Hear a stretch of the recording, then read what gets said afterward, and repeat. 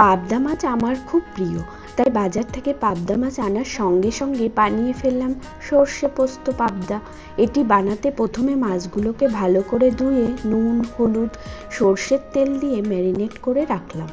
ততক্ষণে শিলে 1 চামচ কালো সর্ষে, 1 চামচ সাদা সর্ষে, 1 চামচ পোস্ত, 4টি কাঁচা লঙ্কা, 2 কোয়া রসুন, একটু নুন নিয়ে ভালো করে বেটে নিলাম। কারা কারা পাবদা মাছ খেতে ভালোবাসো কমেন্টে জানিও। মশলা বাটা হয়ে গেছে, এবার একটা বাটিতে তুলে নিলাম।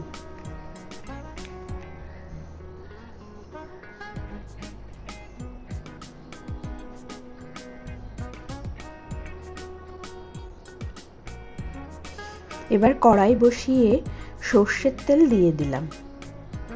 তারপর তেল গরম হলে একে একে মাছগুলোকে দিয়ে উল্টে পাল্টে ভেজে তুলে নিলাম।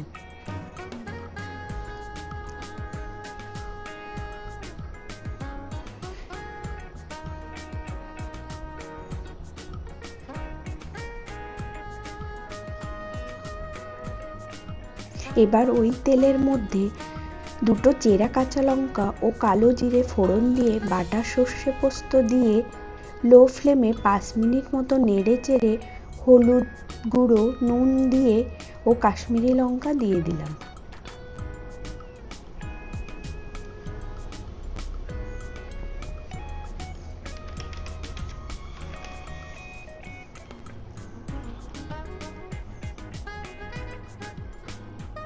তারপর খানিক সময় কষিয়ে জল দিয়ে ঢেকে দিলাম। জল ফুটে উঠলে একে একে ভাজা মাছগুলোকে দিয়ে নেড়ে চেড়ে ঢাকা দিয়ে দিলাম।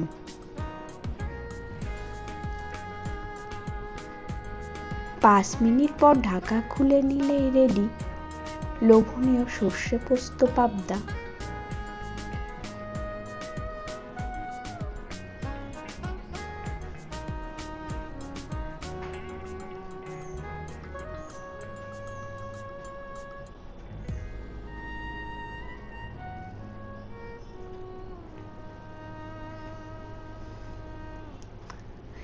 এবার একটি পাত্রে ঢেলে নিলাম।